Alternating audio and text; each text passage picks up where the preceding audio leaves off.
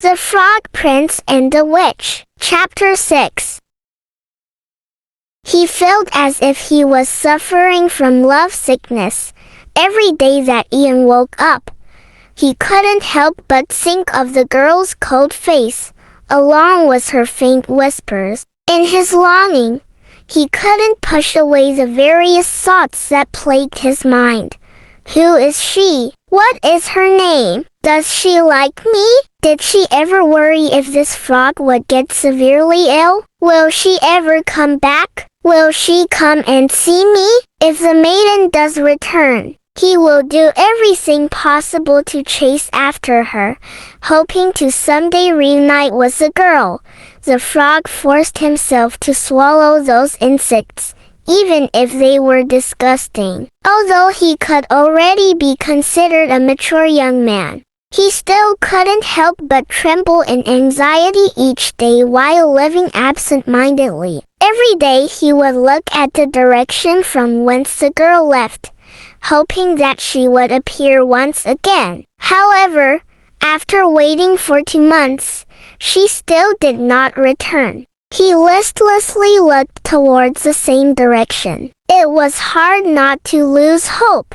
The weather began to cool, and more leaves began to fall to the ground. He knew that autumn was coming. It was time for him to find a place to spend the winter instead of continuing to guard the scarf and the stone. The pond nearby had some muddy spots. When Ian jumped down towards the water, he splashed into the mud and accidentally stained the scarf. Every time the scarf gets dirtied, he couldn't help but feel embarrassed and humbled. How could he not be able to do something as simple as protecting a silk scarf? Afterwards, he would go through great pains to bring the scarlet scarf to a clean stream. When he finished washing it and letting it dry, the frog would use great efforts to bring the cloth back to the special stone. In his exhaustion, he slept with the scarf. Only the scent of the cloth can calm his mind, blessing him with a dreamless sleep. At first he was able to smell the young girl's faint scent from the scarves, but after washing it a couple more times, he could only smell the nauseating odor of frogs and mud. But even so, he was unwilling to let go. As a frog, he looked exactly the same as other wild frogs. There was no difference. Only that scarlet scarf can make him especially eye-catching, making it possible to recognize him. That is, if the girl ever comes back. 3 months had passed since Ian was left waiting on the pond. He stared up at the moon, feeling his heart break.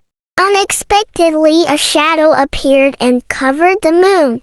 "You are still here?" The frog narrowed his eyes in disbelief as he stared wide-eyed at the pale girl.